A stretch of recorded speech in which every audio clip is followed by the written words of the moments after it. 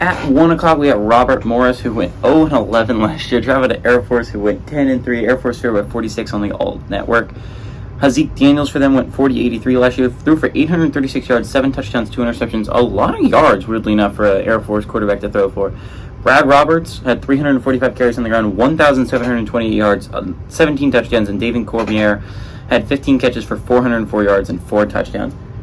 Air Force is super good. Like, Air Force is one of the most underrated teams in the country that isn't talked about enough, right? Like, when you talk about them, like, group of 5 teams that are pretty good, everyone's going to obviously bring up Tulane. A lot of people will bring up South Alabama and App State and Coastal Carolina because those are teams that are in the memory because they've done a good amount over the past couple of years.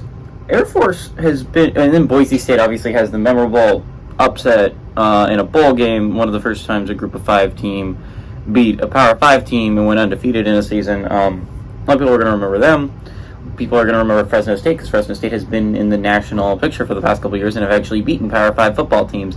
So you're going to remember the teams in the Mountain West, teams in the American, even some teams in the Sun Belt because they've actually been making them some noise. And even Western Kentucky, to an extent, is well known as a good smaller conference team. Everyone kind of forgets about Air Force because Air Force doesn't run a typical offense. They run an option offense, and they're not like a normal team. They're a branch team. They're a service team. So a lot of people forget about them, but this is a 10-win football team almost every year. This is a really good Mountain West team. Air Force runs a really tight ship. They are a really good football team.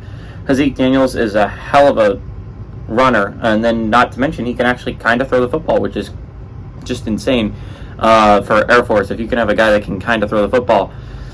Robert Morris is really bad. I'm really looking forward to see what Air Force does this year as a whole. This is a great way to get the year started. I expect Air Force to win and cover the 46-point spread.